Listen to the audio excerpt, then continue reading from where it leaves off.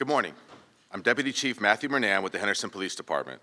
I'm here to provide you with an update regarding the officer-involved shooting that occurred on Sunday, January 4th at approximately 9:04 a.m. in the 600 block of North Water Street. This is the first officer-involved shooting of 2026. The purpose of this briefing is to share information that we can release at this stage of the investigation. This remains an active and ongoing investigation, and details may evolve as additional evidence is reviewed.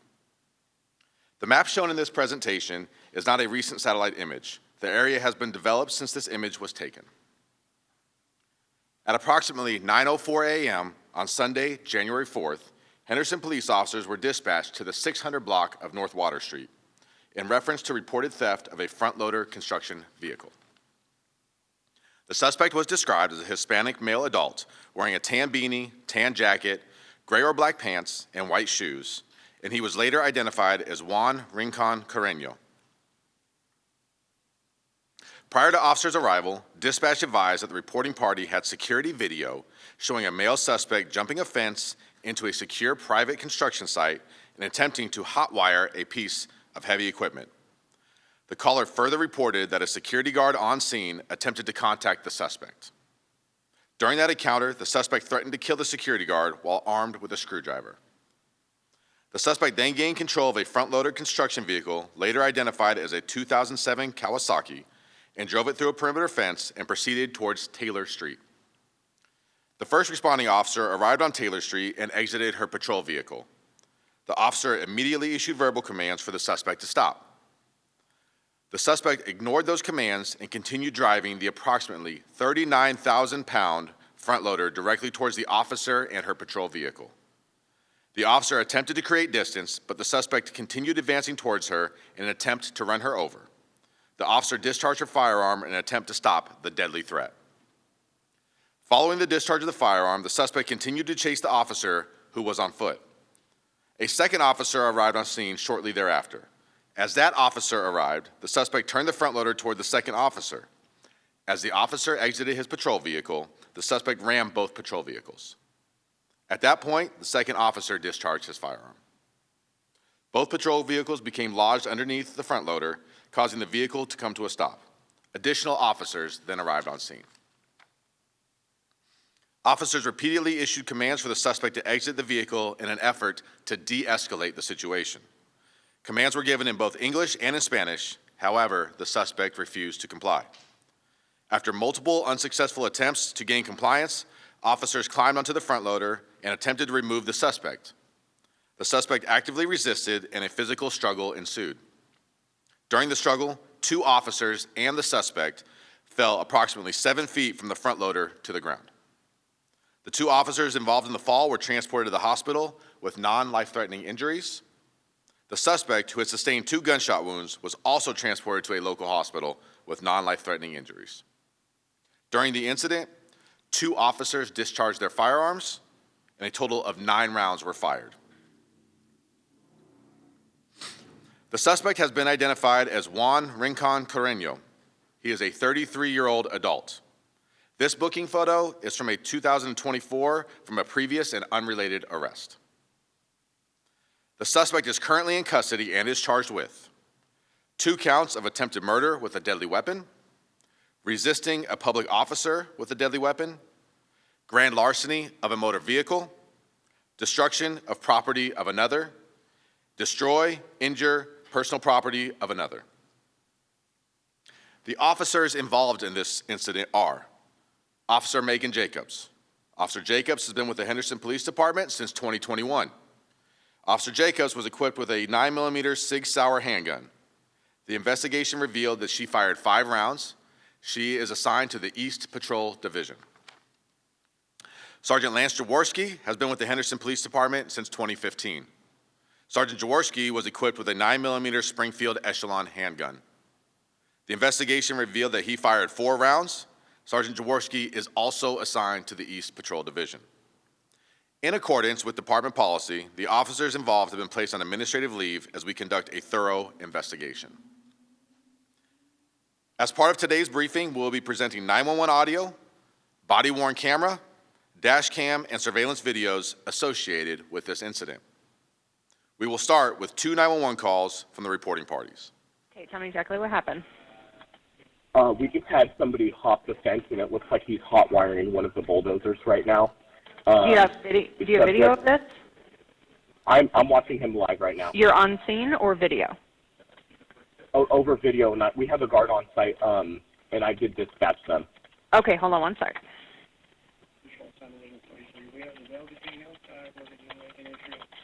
And he's hot wiring a bulldozer? It looks like it, yeah. Okay, I'll get a description. Kind of hot wire. Okay, hold on.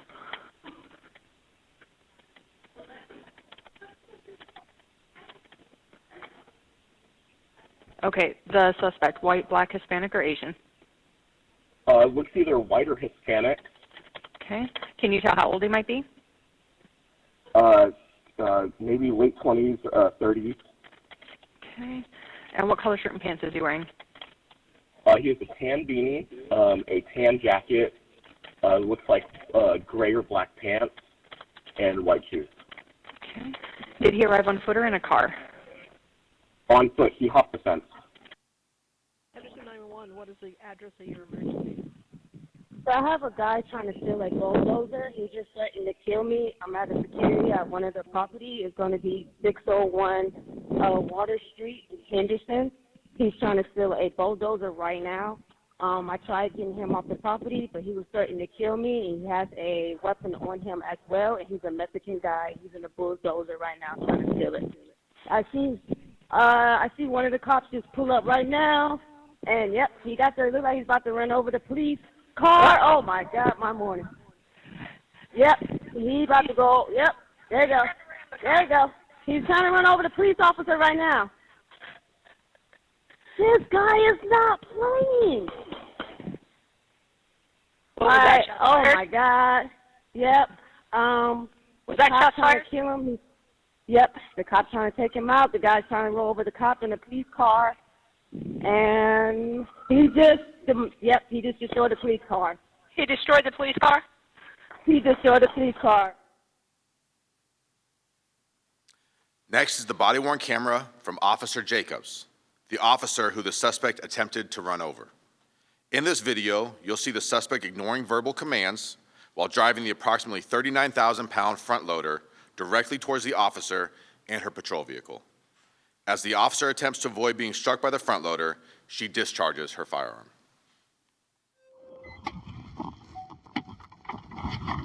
Copy, I see. And he's taking off. He's coming towards me now. Hey!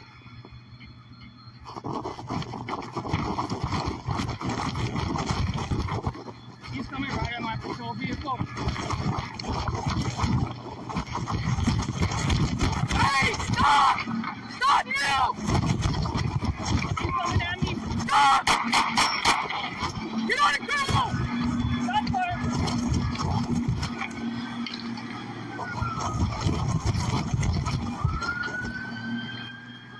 He's still moving. He's going to the pole car. Stop right there! Stop! Get on the ground! Stop! Do not move! Henderson police, do not move!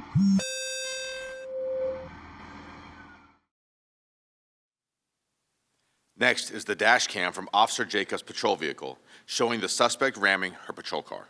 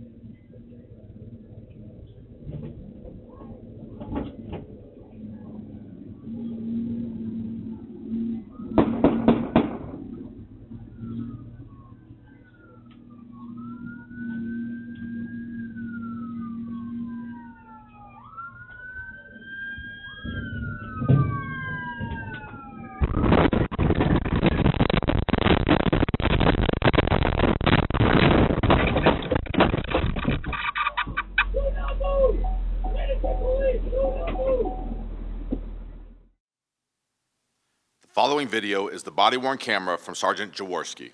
He was the second officer to arrive on scene. In this video, you will see the sergeant exit his patrol vehicle moments before the suspect rams it, at which point Sergeant Jaworski discharges his firearm. Copy, shots fired.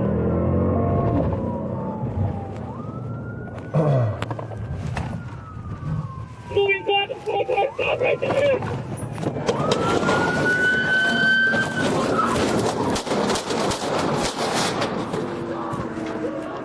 Shots fired. The following is continued video from Sergeant Jaworski's body-worn camera. The officers repeatedly order the suspect to exit the front loader, issuing commands in both English and in Spanish. Officers attempted to de-escalate the situation for several minutes before the suspect was taken into custody. You're going to slowly climb out of the bulldozer, go down those steps, and get down on your knees. You understand? Let's go. Hey, keep your hands where we can see them. Get out of the bulldozer slowly. I can't hear you. Climb out of the bulldozer slowly. Alviso, give him Spanish ones. Salte del carro ahorita, con las manos arriba. Can you get a good shot on the 40 from there? Not really. Can you move to where you are? Yeah, come over here. Jacob, let's go to me. Louder, Alviso. Salte del carro. Next is surveillance footage that offers an overall view of the incident. The video captures the suspect jumping the fence and taking control of the front loader. It also shows the suspect attempting to run the officer over, the vehicle ramming, and the ensuing struggle that resulted in the officer's injuries.